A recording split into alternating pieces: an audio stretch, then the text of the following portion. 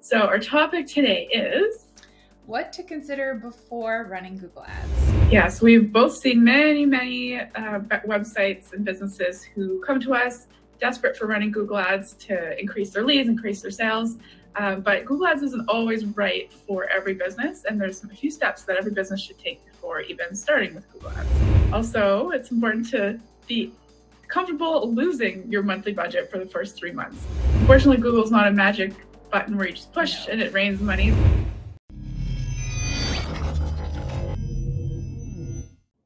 Hello, YouTube. Welcome back to another episode of GAds Girls. We're your hosts, Mel and Leandra. Hi, thank you for joining us again to our second episode of GAds Girls. If you didn't tune in last week, GAds Girls is taking it right back to the basics. So we know that you get a lot of really high-level strategy from Kasim and John, but we think that a lot of you are looking to talk about the fundamentals of Google Ads, which is exactly what we're here to help you guys understand. So our topic today is what to consider before running Google Ads. 5 things to consider before running Google Ads. Leandra and I were both client managers here at Solution 8, so we think it's really important to go over this topic with you all today.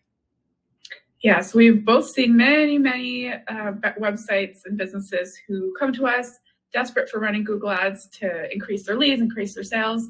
But Google Ads isn't always right for every business, and there's a few steps that every business should take before even starting with Google Ads. So the first one, know your numbers. This is really important. So knowing your lifetime value, knowing your CAC, knowing your profit margins. All of these numbers help you determine realistic goals. So if you're, aiming for a ROAS goal, if you're aiming for a CPA goal, you have to know your numbers first before you start running Google Ads. That's right. We see a lot of businesses come to us and they just say, oh, we want more sales or we want more leads. But it's really important to quantify what your goals actually are based on actual numbers, because it's easy to come in and say, I want a 300% return on ad spend. But possible that you don't need 300. You could be perfectly profitable with, let's say, 200 because of your lifetime value. So there's lots of numbers to go into, and we can cover that more in detail in another video. All right, and number 2 is set a realistic budget. So this goes back to the numbers that we were just talking about. So once you have an idea of your numbers, what you're looking for, then you can more easily set a realistic monthly budget that you're ready to spend on Google Ads. We'd recommend also getting an understanding of your cost per click, so how much clicks cost in your industry, and working with that. And also, it's important to be comfortable losing your monthly budget for the first 3 months. Obviously, Ads is a test. Not likely. Yeah, at the end of the day, Google Ads is a test in the first couple months. You have to see, what type of campaigns are going to work, if Google Ads is going to work, kind of sort out the bugs in the first couple months to see, is this going to be profitable? So it's really important to be aware that you could lose money and to determine what amount of money you're willing to lose in the beginning. You might not at the end of the day, you might be profitable from the get-go, but you have to have some sort of risk tolerance to start off. That's right. Unfortunately, Google's not a magic button where you just push and it rains money. There is always risk involved. And the first few weeks and up to 3 months is really a testing period to learn what works, what doesn't work, so that you continue to optimize off of that. Next one, we have optimize your website. This one is close to my heart.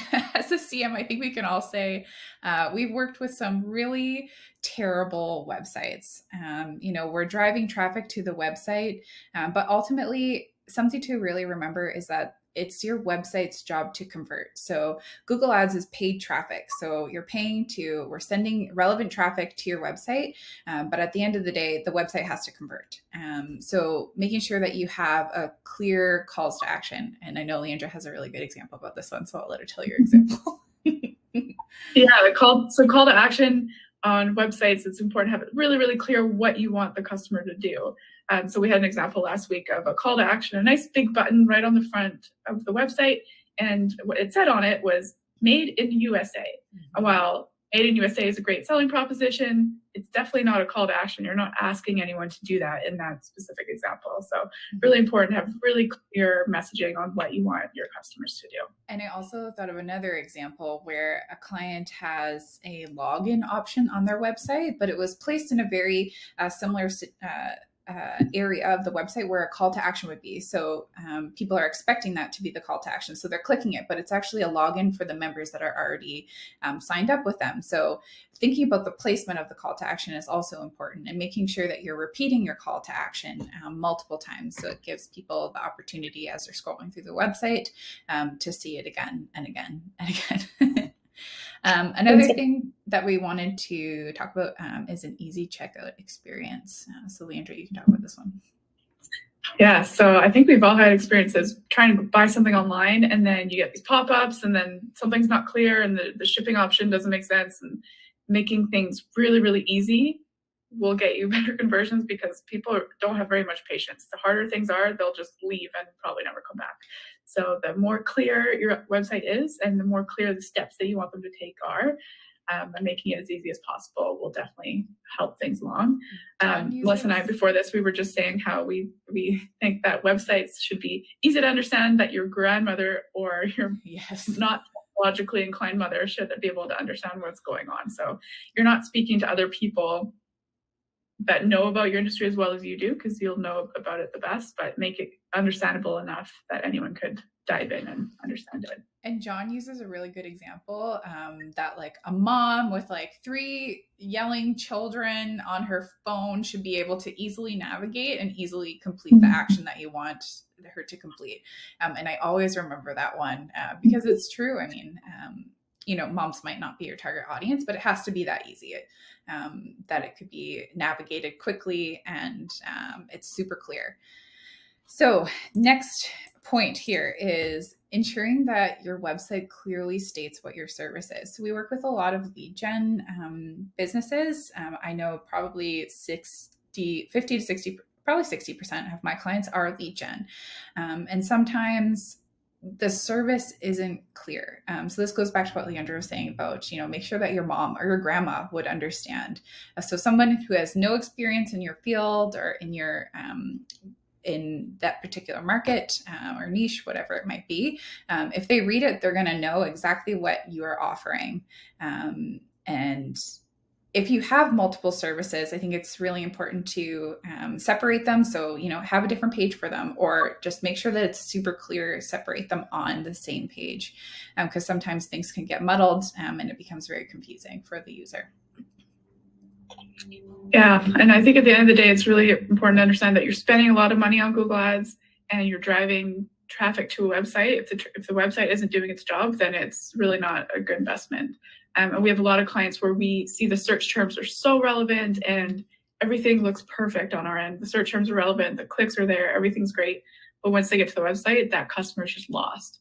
And of course, that's the last thing you want to do, is just throw money down the drain. So really important to have a professional look at your website, or your mom look at your website, and make sure that it makes sense for everyone and it's easy to navigate. There's also a tool, I'll just quickly say, if you think this might be happening to you, you're running Google Ads, you think that your search terms all look really great, but your conversion rate is low, and you want to check in on the website, you can use, we recommend it all the time, something like Lucky Orange, where you can watch the user experience. There's heat mapping, so that you can really see what's going on the website. And if people are just leaving, or people are interacting with things that you didn't think they were interacting with, that's really powerful. It's a really powerful tool to help you fix those things. Yeah, definitely. It's really neat to see. You can watch where people are navigating around on your website, and it can help you make better decisions on what to change. Yeah. All right, number 4. This is not a glitch.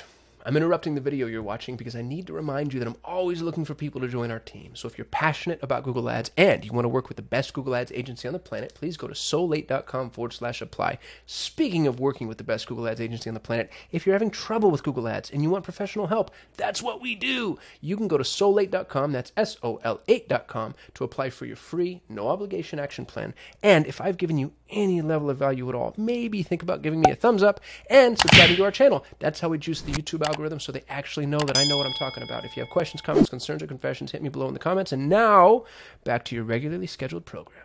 On our list here is consider products and services and their pricing. So obviously pricing is always a big factor in people buying, but people are fine paying a little bit more as long as your product or service is unique and can help them meet their goals or help them with their challenges. We have mostly stopped working with dropshipping companies because it's really, really difficult to differentiate yourself. If you're a dropshipper and you have multiple vendors selling the same product at generally the same price, there's nothing to set you apart. So running ads doesn't necessarily always work for those kinds. So we love products that are brand new, that the business owner has created or has worked on, and it's very different than others. Mm-hmm. And if you are selling similar products to other companies, just make sure that your pricing is competitive, like Leandra said. And if it's not, your unique selling proposition has to be super, super clear for people to understand why they should pay more for your service. So yeah, product, we have 2 P's of the 4 P's of marketing. Consider your product and consider your pricing. It's very important because there's like Leandra said, there's no point running ads if, people aren't going to buy yours. They can buy cheaper on Amazon if there's no differentiation there. Yeah, and just a little side note there. So Melissa mentioned the 4 P's of marketing, and we were just talking about this before this call. In every marketing course that we took in university, these 4 P's always come up. So I came out of university thinking marketing was only about these 4 P's, which what I did was product, placement, price, and people. I think there's actually 7 P's now if you really look into it, but that's all I ever learned about it in university for marketing. And we're just looking at 2 today. Yeah, 2.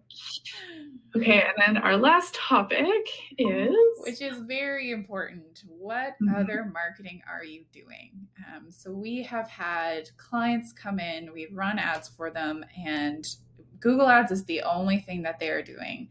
And unfortunately, like Leandra said, we wish that Google Ads was magic, but it's not. It is only one piece of the puzzle. It can't be your only strategy. There has to be, what are you doing for email marketing? What are you doing on social media? Are you running native ads? Whatever else is applicable to your business, you have to be kind of diversify yourself in terms of your other marketing efforts, because Google Ads will not, it won't work if you don't have anything else going on for marketing. Yeah, it's dangerous in anything in life to put all your eggs in one basket. And unfortunately, we see that a lot. And when Google Ads starts to not work, business owners are sometimes left with nothing. So it's important to invest in different channels, different networks, and not just rely on the one. And they help each other, right? If you get Facebook traffic, it'll help your Google remarketing. So they can work together like that. Absolutely. And even your email, remarketing, it can be super powerful along with Google Ads. So other things to consider outside of Google Ads for sure. That's right. And that takes us to the end of our 5 things to do before running traffic to your website. Thanks for joining us. We'll be back probably next week with another video topic for you. We've got some good ones coming up, some guests, so stay tuned. Stay tuned and let us know if there's any topics you would like us to cover. And remember to like, comment, and subscribe.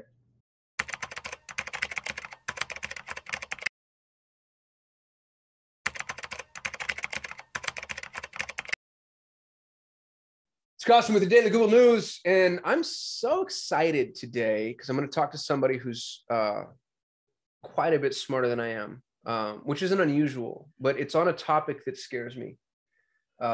Alicia, help me with your last name, Conlin Hurd.